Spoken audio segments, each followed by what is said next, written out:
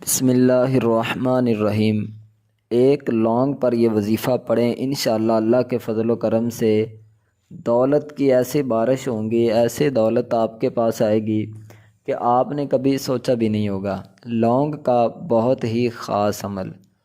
جی دوستو، میں بندہ نچیز آپ سے مخاطب ہوں۔ آج انشاءاللہ آپ لوگوں کو ایک بہت ہی کمال کا وظیفہ بتانے والا ہوں، بہت ہی مجرب اور بہت ہی پاورفل وظیفہ آپ سب بہنوں بھائیوں کو بتانے والا ہوں۔ انشاءاللہ جب یہ وظیفہ آپ اس پر عمل کرو گے تو آپ کے پاس دولت ایسے آئے گی کہ انشاءاللہ جو بھی آپ کی نیک اور جائز آپ کی خواہش ہوگی وہ انشاءاللہ آپ آسانی کے ساتھ پورا کر سکتے ہیں۔ تو سب سے بڑی جو ہماری اس دور کے اندر کمزوری ہوتی ہے وہ یہی ہوتی ہے کہ ہماری غریبی۔ جو بھی بندہ غریب ہو تو ایسے بھی ہم نے دیکھے ہیں کہ سگے رشتہ دار ہوتے ہیں وہ بھی چھوڑ جاتے ہیں، سگے بہن بھائی بھی چھوڑ جاتے ہیں، عزیز و اقارب چھوڑ جاتے ہیں، اتنا تک کہ والدین بھی کچھ ایسے ہوتے ہیں، سب کی میں بات نہیں کر رہا لیکن کچھ ایسے والدین بھی ہوتے ہیں کہ جو پیسوں کی وجہ سے اپنی اولاد کو بھی چھوڑ دیتے ہیں۔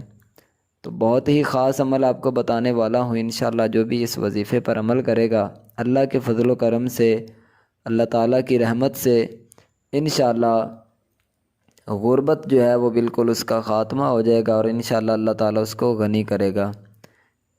تو آئیے اب وظیفے کی طرف چلتے ہیں۔ وہ کون سا وظیفہ ہے، کس طرح پڑھنا ہے، مکمل طریقہ کار اپنے بہن بھائیوں کو بتاتا ہوں۔ سب سے پہلی بات اکثر میں اپنی ویڈیو کے اندر بتاتا ہوں، وظیفہ کرنے سے پہلے یہ چیزیں آپ نے نوٹ کرنی ہے۔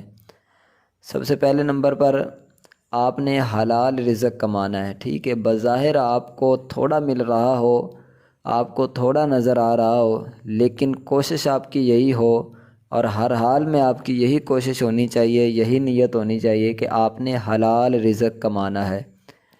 انشاءاللہ جب آپ حلال رزق کمانے کی کوشش کریں گے اللہ تعالیٰ ایسی برکتیں عطا فرمائے گا، غیبی مدد فرمائے گا کہ آپ حیران ہو جاؤ گے۔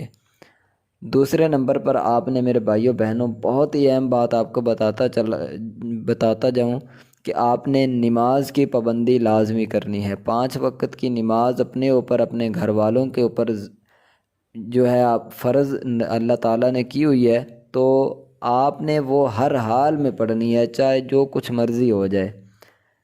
کیونکہ نبی علیہ السلام کے پاس ایک صحابی آئے اور آ کر عرض کرتے ہیں کہ یا رسول اللہ، میرے گھر میں غربت بہت زیادہ ہے، میں غریب ہوں، کوئی دعا فرمائیں یا کوئی ایسی نصیحت فرمائیں۔